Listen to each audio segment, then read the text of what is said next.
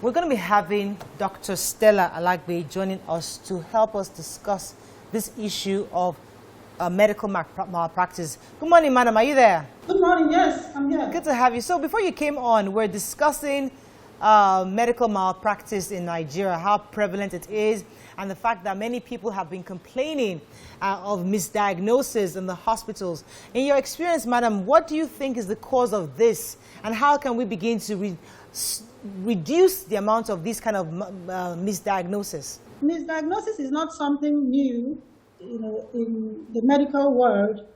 However, I think one of the important things that will help curb that is knowing when to refer and who to refer to. Part of the problem is the accessibility to healthcare of our people. A lot of our people don't have access to quality care. And one of the basic reasons for that is finance, because our hospitals are not generally, well funded to cater for patients who can't pay out of pocket.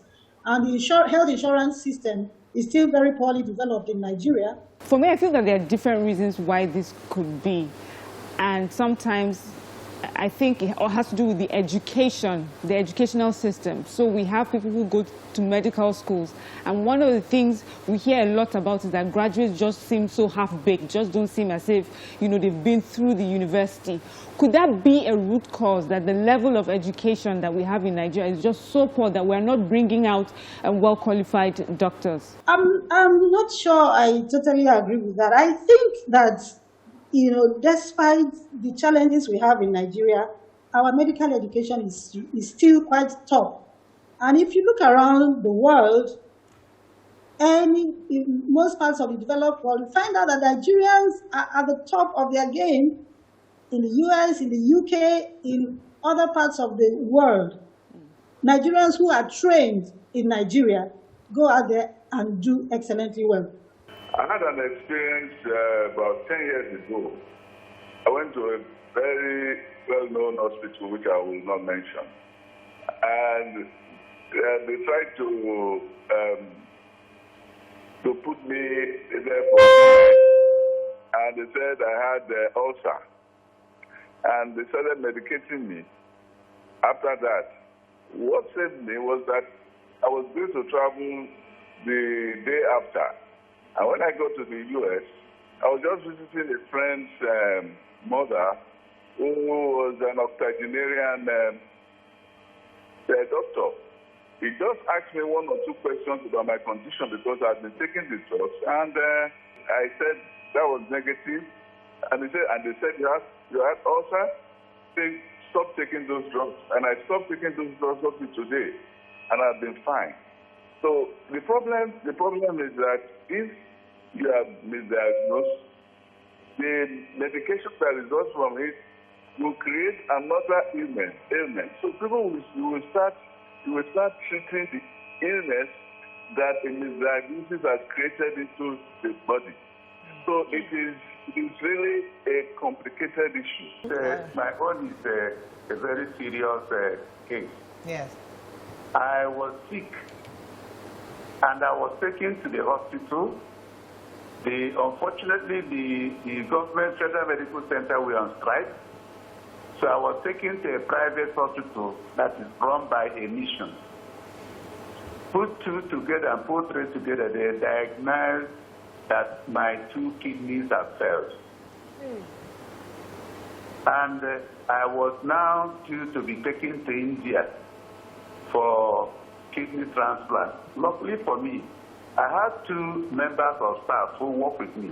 It's good to be good to your workers. 2 staff came up and donated their kidney to be used to cure me. And we were making arrangements to travel to India. I had a house, I put it up for sale, and people knew I was desperate. They could only offer 9 million naira. I accepted to sell.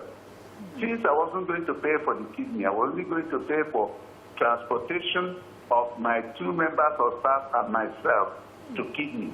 to have that kidney transplant. Somewhere along the line, I have a brother who is a lab technologist. He came around, looked at that result again, and said, la, who said this result is enough? Because they rushed me to a dialysis center, Platinum, in the retreat or whatever. The man came there and said, who brought me to this place? That this result doesn't really show that my kidneys are packed up. That was in May 1st, 2017. So he now took me up on that list, referred me to nephrology in Olu, Dr. Cole. And after 2 weeks, I had some blood transfusion, about 4 or 5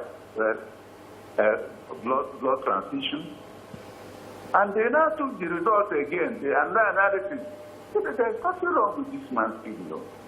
There's nothing wrong with this man's kidney.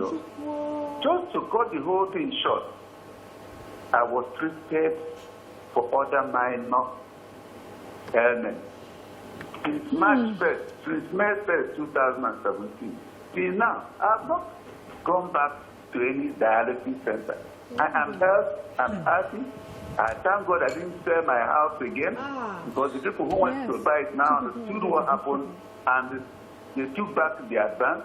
Until tomorrow, I keep celebrating those 2 members of staff, Pastor James and Ogechi.